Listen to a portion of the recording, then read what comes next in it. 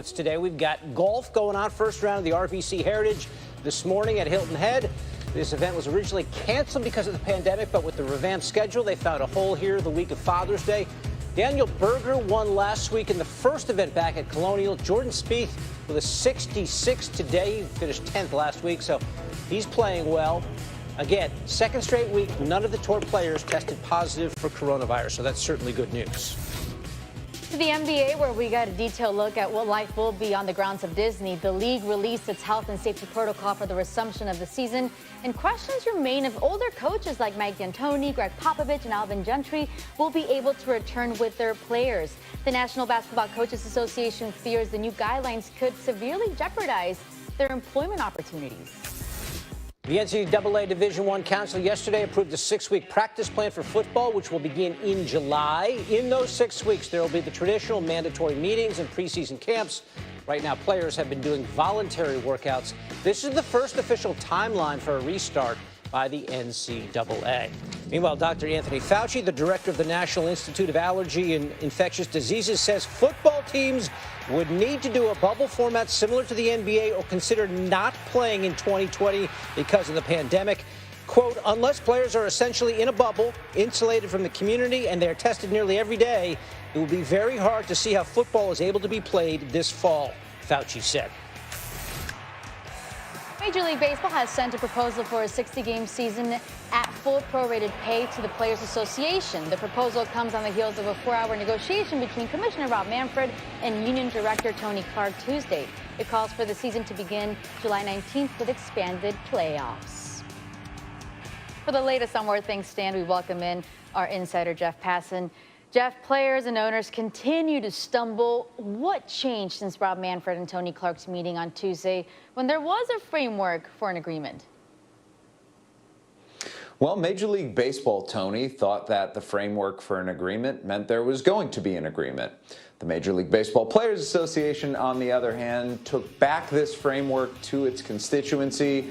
And the players said, no, we're not quite there yet. 60 games is not going to be enough for us. And that leaves them where they've been for the last 2 months, which seems like 2 years now, which is with no baseball on the field. Now, I think there's a pathway ultimately to a deal being made. And I think that ends up somewhere in the 65, 66 game range. But in order for that to happen, ownership is going to need to be on board with the idea of going above 60 games. And right now, ownership is miffed. They feel like they had something in place after the meeting between Rob Manfred and Tony Clark. And now they're being told that's not the case. It's very reminiscent, Tony, of the March 26th agreement that has caused so much contention and really led us to the point where we are now. So what do you think is next for the Players Association? Well, the players are probably going to send a counter proposal back to MLB at some point in the near, if not immediate future. And it's probably going to be for somewhere in the range of 70 or 72 games. You know, their last proposal was for 89 games, so they're certainly going to be coming down to the place where a deal can be made. But ultimately, the onus here is going to be on ownership. Does it want to move off of that 60-game number? If it does, there will be a negotiated agreement. There will be expanded playoffs. There will be a universal designated hitter. There will be all these little bits and pieces that were part of the negotiations between Tony Clark and Rob Manfred. If there isn't, there are two options. Option number one is implementing a shorter season of somewhere around 50 games. And option number two is the worst for everyone involved, which is just canceling the season altogether. I don't think anybody wants that to happen. So in the end, a deal being made seems like the likeliest and certainly the most hopeful outcome. There you have it, Jeff Passan helping us make sense of this all as Major League Baseball and the Players Union are inching closer to a deal, possibly a season. Maybe. The NBA has issued a 100-page handbook on health and safety protocols for a return to play. While everyone is trying to digest that, NBA players are facing a deadline of next Wednesday, June 24th, to let their teams and the league know whether they'll report to the bubble at Disney World in Orlando. And that decision has gotten a lot more difficult this week with the news that Florida is experiencing record numbers of positive tests for COVID-19. We bring in our NBA insider, Windhorst, on this.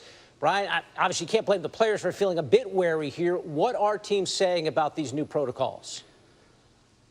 David, everybody that I talk to, no matter whether it's executive, player, agent, has the same thing to say, and it's a question. Do you think we can really do this? Because this is so complicated. We've been talking for the last week about the political realities and pressures that players are worried about. We always are concerned about the economics and everything. But let's not forget why we're here in the first place, the virus. And the virus is in growth mode in the Orlando area. And as you look at this protocol, there are a lot of people who are taking care of these players or working in this campus that are not going to be within the NBA bubble, that are not going to be subjected to the same testing standards. Now, the NBA went over this ad nauseum with their epidemiologists and experts, but they still can't rule out all risk, and getting comfortable with that risk is going to be a process. Okay, so let's say worst case scenario, someone does come down and test positive, a player. What do they do? What's the status of testing around that player? Yeah, I'm not so sure that out of everything that's spelled out, I don't think it's the protocol spelled this out clearly enough. It's kind of buried in there. If you test positive for the virus, you have to stop exercising. That's not just isolation. That is no exercise, 14 days minimum. And then you have to go through a process of cardiac evaluation because the league is concerned about that. And remember, David, this is not just going to be in Orlando. The testing has already begun. The Raptors are leaving for Florida this weekend. All testing must be done by next week. I expect there to be staff members and players who test positive within the league in the next few days. This protocol is in place now, and how the players adjust and react to potentially their coach or their trainer or one of their teammates testing positive, even before we get to Orlando, is an unknown. As you said, it's so complicated. It's so ambitious, this plan that the NBA is trying to get basketball in and finish off this season. It is fraught with all sorts of issues. Brian Windhorst giving us the very latest on all that. Much more NBA ahead on SportsCenter. Mark Cuban joins Outside the Lines on SportsCenter, the Mavs owner, and what the NBA should do, plus how he will support his players during the national anthem. Oklahoma State's head football coach Mike Gundy came under fire from within his own program Monday when a picture emerged of him wearing an OAN t-shirt. One American News is a conservative cable network, and one of its anchors called the Black Lives Movement a farce. Star running back Chuba Hubbard called Gundy's shirt unacceptable and said he would not be doing anything with Oklahoma State until things change. Gundy has since apologized and said meetings with his team were eye-opening. ESPN was shooting an all-access series with Oklahoma State when the story broke and asked Gundy about it. I didn't know that some of the stances they had taken. I didn't know that. But then you look at it and say, okay, I was a dumbass. I put the shirt on not knowing enough about the shirt. I understood exactly why the players got frustrated when they found that out, or whatever, however they found out what it was. I didn't know. I didn't know till the next day. Well, I knew that night, but I didn't confirm it till I did a little research. And I was like, what a dumbass. So that was my fault. The way the players feel about me, and I upset them and broke their heart, that bothered me more than losing games. And that's the truth. But that's why now that as humans, when we make mistakes, the only thing we can do is admit we're wrong, own up to it, be humble, accept critical people, criticism, make it better and move forward. Hubbard, who was also part of the all-access shoot with ESPN, joined First Take this morning and spoke about his relationship with Coach Gundy. Me and Coach Gundy's relationship, it's a work in progress. He's admitted to his faults and he's trying to move forward. And for me, I see that as, a positive first step. We need change now. That's the biggest thing. There's a lot of people on our team that are passionate about, the same things I'm passionate about. And, the thing about our team that's so special, we're one. We're tightly knitted and we have great chemistry and we all want the same thing. And that's to have a better experience for black athletes and really all athletes at Oklahoma State. I want athletes to be able to come in through Oklahoma State and really every university and be proud to go through there and say, I'm a black student. Oklahoma State represented me well and I represented them well. Biggest thing is just use your voice. Your platform is powerful. No matter if, you're All-American, no matter if you're a walk-on, no matter who you are, even if you're just a person that goes to university, just a regular student. Use your voice. It's powerful.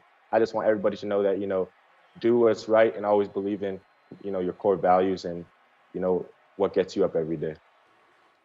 One thing Hubbard didn't feel comfortable addressing was an allegation that Gundy used a racial slur during a game against Colorado players in 1989 when he was the Oklahoma State quarterback. Alfred Williams, a Buffalo's linebacker then, told the Oklahoman this week he wasn't aware Gundy denied the allegation in '89, and he wants an apology